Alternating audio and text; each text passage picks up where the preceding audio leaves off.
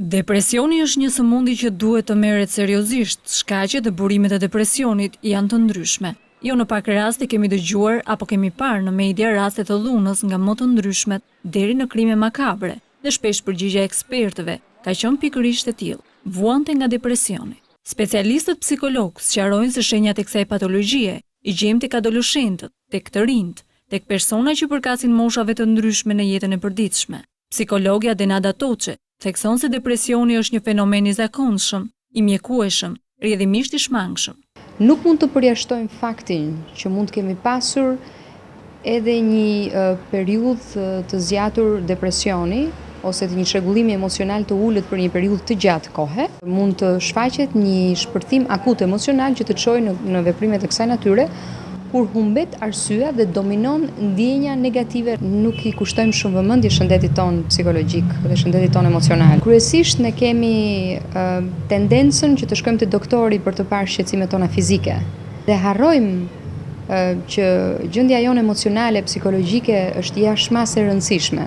Psikologu sqaron se është e rëndësishme të njohësh dhe ta pranosh këtë patologji. Shpesh kjo nënvlerësohet nga njerëz që vuajnë prej saj, duke e kthyer në një lodhje të thjeshtë, duke akumuluar stres dhe humor të keq. Kemi të bëjmë mbi të gjitha me një situatë sociale dhe një situatë personale të personit që është kontekstuale dhe komplekse. Çrregullimet mendore, vështirësitë e tjera të kësaj natyre që përfshin patologjitë mendore, burojnë pikërisht nga vështirësi afektive, emocionale, jetësore, përvoja.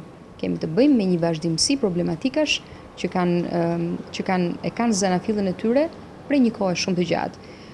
Shpërthime të tjera që mund të jenë momentale, nuk mendoj se çojnë veprime kaq ekstreme, dhe pse raste ka, po kjo ndodh shumë rrallë. Në vendin tonë, në pjesën më të madhe të rasteve, personat të cilët e vuajnë këtë patologji ngurojnë të shkojnë tek psikologu për të marrë një ndihmë profesionale. Depresioni është një patologji që haset më shpesh tek femrat, ato janë 3 herë më të predispozuara për të vuajtur nga kjo patologji se sa meshkujt. Rreziku më i lartë ndër seksin femër mund të jetë për shkak të ndryshimeve hormonale që vijnë si pasojë e pubertetit, menopauzës ose shtatzanisë. Ndërsa rreziku tek seksi mashkull është më i ulët, depresioni mund të kalojë pa u diagnostikuar. Kjo vjen për faktin se shumë burra maskojnë sëmundjen e tyre me pije alkolike, përdorim drogrash, abuzim dhe dhunë. Vetvrasja është një rrezik serioz ndër seksin mashkull, që janë 4 herë më të predispozuar të vrasin veten se sa femrat.